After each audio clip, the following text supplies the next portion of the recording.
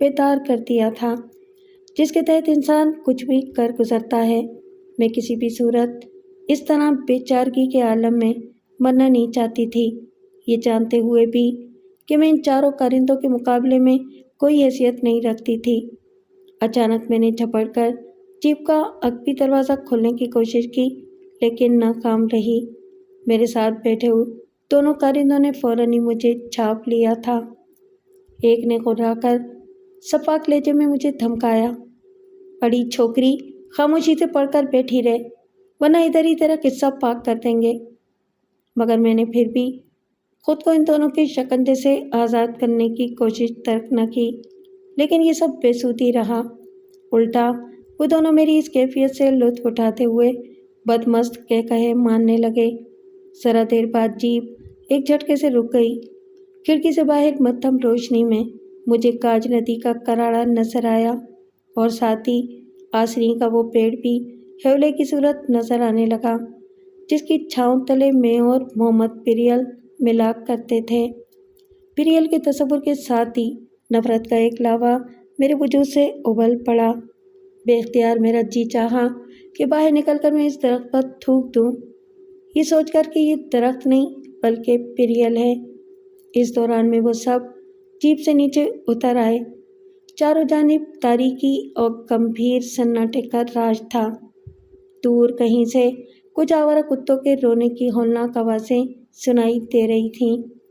مجھے بھی نیچے اتار دیا گیا تھا۔ ابھی تک ان دونوں کارندوں نے مجھے بازوؤں سے جکڑ رکھا تھا۔ اتنے میں ان کا ایک ساتھی میری طرف گرسنہ نظروں سے گھورتے ہوئے اپنے ساتھیوں کو مخاطب کر کے معنی خیز لہجے میں بولا، "کیا خیال ہے دوستو، ہم بھی اس بہتی گنگا میں اپنے ہاتھ نہ دھو لیں؟" اس کی بات کا مطلب سمجھتے ہی میں سر سے پاؤں تک لرز گئی۔ "اڑے خیرو، کہتا تو برابر ہے، آخر کو ہمارا بھی کوئی حق ہے چھوکری پر." دوسرے نے بھی اپنی ساتھی کی حوصلہ افزائی کرتے ہوئے حوثناکی کے ساتھ کہا۔ میں نے فوراً ان کے سامنے اپنے ہاتھ جوڑ دیے۔ "نہیں، میرے ساتھ یہ سلوک نہ کرو، تم لوگوں کو رب سائیں کا واسطہ۔ میری فریاد کا ان درندوں پر کوئی اثر نہ ہوا، اور وہ شیطانی انداز میں کہے لگاتے ہوئے مجھے گھسیٹنے لگے، اور پھر ندی کے کراڑے کی دوسری طرف میرے ساتھ ایک بار پھر شیطانی کھیل شروع کر دیا گیا۔ کھلونا اب نئے ہاتھوں میں آ گیا تھا۔ ان کے کہے اور میری چیخیں شاید آسمان تک پہنچ رہی تھیں، مجھ پر پے در پہ قیامتیں توڑی جا رہی تھیں، لیکن آسمان خاموش تھا، زمین شک نہیں ہو رہی تھی۔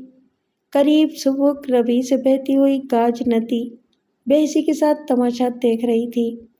میرے زخموں سے چور دل سے ایک صدا فریاد عالم کی صورت میں نکلی، "مولا سائیں، مجھ بے گناہ کے ساتھ یہ سب کیوں ہو رہا ہے؟ اے شاہ سائیں کی دھرتی، تو چپ کیوں ہے؟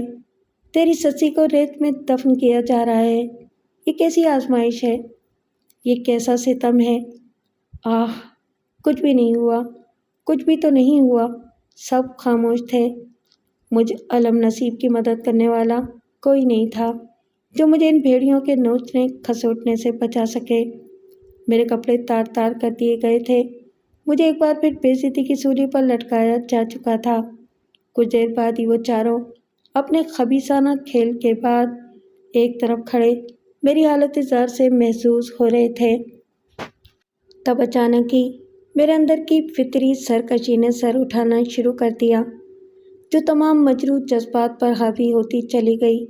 مجھے معلوم تھا اب یہ مجھے ہلاک کر کے ندی میں پھینک دیں گے، لہٰذا میں نے اپنے کرچی کرچی وجود کی تمام قوتوں کو جمع کیا اور بے بجلی کی سرعت کے ساتھ اٹھ کر قریبی بہتی ندی میں چھلانگ لگا دی۔ میری یہ حرکت ان چاروں کے لیے اچانک اور غیر متوقع تھی۔ وہ کچھ دیر تک تو اپنی جگہ ہکا بکا کھڑے رہے۔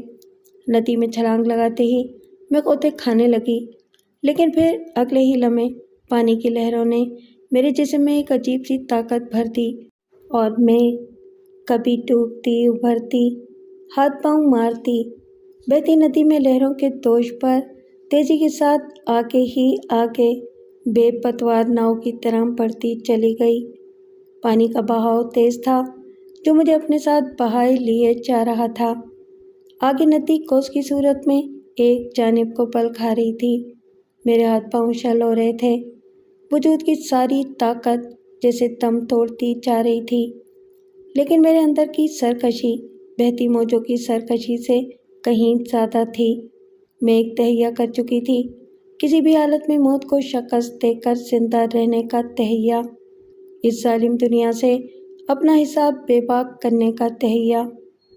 اچانک ہی میں نے محسوس کیا کہ آگے پل کھاتی ندی کے پانی نے مجھے ایک کنارے سے قریب کر دیا ہے۔ میرے ہاتھ ندی کے کنارے پر اگی جھاڑیوں کو چھونے لگے۔ اگلے ہی لمحے میں نے جھاڑیوں کو مٹھی میں دبوچ لیا۔ میرے وجود کو ایک جھٹکا سا لگا اور میں کنارے سے چمٹ کر رہ گئی۔ اس وقت تک میرا پورا جسم شل ہو کر رہ گیا تھا، مگر میں نے ہمت نہ ہاری، بلکہ ایک انتہائی کوشش کرتے ہوئے بہتے پانی سے نکل کر خشکی پر آ گئی۔ اوندھے منہ گر کر ہانپنے لگی۔ ندی کے چوڑے پاٹ میں بہتے پانی کا شور مسلسل جاری تھا۔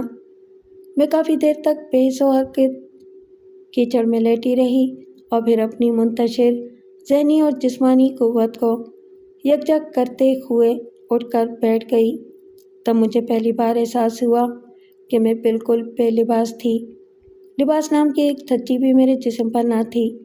میں نے متوحش نگاہوں سے اطراف میں دیکھا کہ مجھے کوئی دیکھ تو نہیں رہا ہے، لیکن وہاں پھیلی تاریکی میں سر دست مجھے کوئی نظر نہیں آ رہا تھا۔ اچانک مجھے وڈیرے کے ان چاروں کارندوں کا خیال بھی آیا۔ شاید وہ ندی کے کنارے کنارے مجھے تلاش کرتے ہوئے یہاں تک آ جائیں، لیکن پھر میں نے دل کو تسلی دیتے ہوئے سوچا کہ ہو سکتا ہے وہ چاروں مردود یہ سمجھ کر واپس لوٹ گئے ہوں کہ میں ڈوب کر مر چکی ہوں۔ اس جانب سے خوف قدرے کم ہوا تو مجھے اپنی برہنگی پر شرم اور پریشانی محسوس ہونے لگی۔ اس حالت میں تو میں اپنی جگہ سے ہل بھی نہیں سکتی تھی۔ میں ایک عجیب صورتحال میں مبتلا ہو گئی تھی۔ مجھے اپنا پورا وجود بھی دکھتا ہوا محسوس ہونے لگا تھا۔ زور زور سے ٹیسیں اٹھ رہی تھیں۔ میری کچھ سمجھ میں نہیں آ رہا تھا کہ میں کیا کروں، کہاں جاؤں۔ اچانک ایک خیال بجلی کی سی تیزی کے ساتھ میرے ذہن میں کوندا۔ ابھی رات تھی اور اس وقت یہاں کسی کے آنے کے امکانات بھی نہیں تھے۔ رات کی تاریکی میں جتنی جلدی ممکن ہو سکتا تھا میں کسی محفوظ مقام تک پہنچ سکتی تھی۔ تب میں بی بی جی کے حجرے کی طرف ہی جانے کا قصد کر کے اٹھ کھڑی ہوئی اور ندی کے بائیں کنارے پر آہستہ آہستہ قدم اٹھاتے ہوئے چلنے لگی۔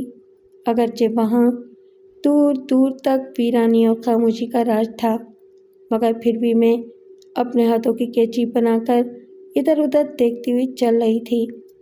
یہاں کے چپے چپے سے میں واقف تھی، اسی لیے میں نے بی بی جی کے حجرے کی طرف جانے کا مختصر ترین راستہ اپنایا تھا۔ دو ایک مقام پر مجھے آوارہ کتوں کا بھی سامنا کرنا پڑا تھا اور میں نے بڑی مشکلوں سے ان سے جان بچائی تھی۔